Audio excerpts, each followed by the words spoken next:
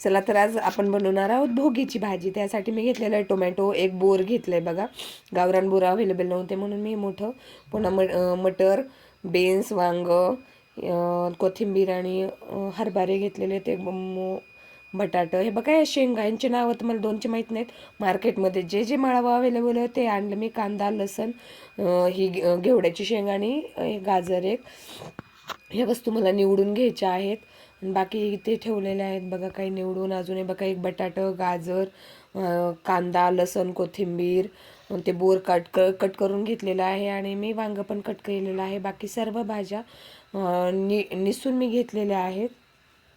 तर आपण आता पहा, तुम्ही याच्यामध्ये बनवून घेऊया आपण. याला पॅनमध्ये मी तीळ घेतलेले आहेत. तिळाला भाजून घ्यायचं आपल्याला चांगल्या प्रकारे. त्याच्यामध्ये टाकणार आहे मी थोडेसे लसणाला पण थोडंसं याच्यामध्ये आपण फ्राय करून घेऊयात.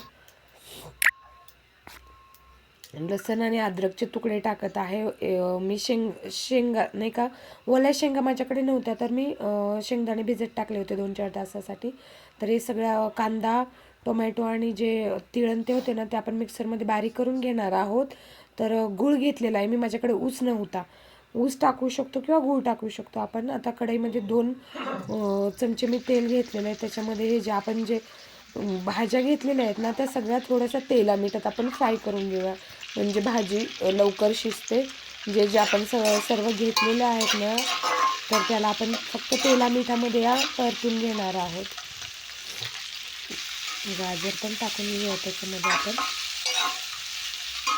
संक्रांतीसाठी एक म्हण आहे बघा. आता हे भिजवलेले शेंगदाणे, जो खाईल भोगी तो सदा निरोगी. त्याच्यामुळे भोगी खाऊन घ्या आणि सदा निरोगी राहा. आता आपण याच्यामध्ये मीठ घालून घेणार आहोत आणि तेला मिठात भाजल्यानंतर आपण हे बाजूला काढून घेणार आहोत, म्हणजे आपल्याला जास्त शिजायला वेळ लागणार नाही आहे. ते पटकन शिजून जाईल. आणि संक्रांतीची ही भाजी माझी खूप फेवरेट आहे बघा. आता आपण तेल घेणार आहोत पॅनमध्ये. त्याच्यामध्ये जिरे मोहरी टाकून घेणार आहोत. आणि जे मिक्सरमध्ये आपण पेस्ट बनवून घेतलेली आहे ना, कांदा लसण टोमॅटोची पेस्ट तेलामध्ये टाकून घेणार आहोत. तर बघा, हे तेलामध्ये टाकली आहे, पण त्याला चांगलं अजून शिजवण्यासाठी मी थोडंसं पाणी, गरम पाणी होतं माझ्याकडे, ते गरम पाणी टाकून घेतलं मी याच्यामध्ये.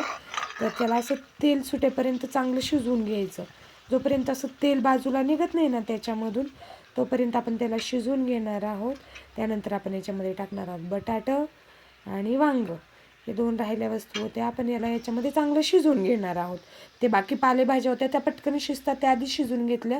आता याच्यामध्ये टाकलेला आहे टोमॅटो. याला चांगल्या प्रकारे आपण वाफलून द्यायचं. आणि हे वाफवल्यानंतर आपण आता याच्यामध्ये आपण बोर टाकून घेणार आहोत. बघा, एक बोर मी कट करून घेतलेलं होतं. ॲपल बोर होतं माझ्याकडे, साधे बोर अवेलेबल नव्हते. जे जे होतं तीळ टाकलेले आहेत. तर माझ्याकडे काही काही शहरात सगळ्या गोष्टी अवेलेबल होत नाहीत बघा. तर माझ्याकडे पेरू नव्हता, ते राहिलं बघा माझ्याकडे. गूळ टाकलेलं आहे मी. आता ऊस पण नसल्यामुळे गूळ टाकावा लागला मला तिथे.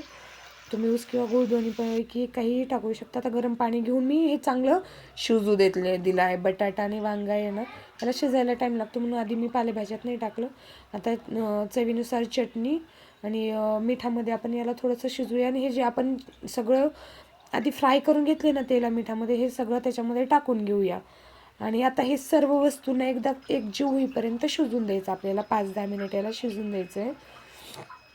पाहता एकदा हे कसं छान झालेली आहे आपली भाजी. पाहताच तुम्हाला सांगते, हे आपलं पावभाजी किंवा मिक्स व्हेज आहे ना, याच्यापेक्षा अप्रतिम चव लागते. माझी फेवरेट भाजी.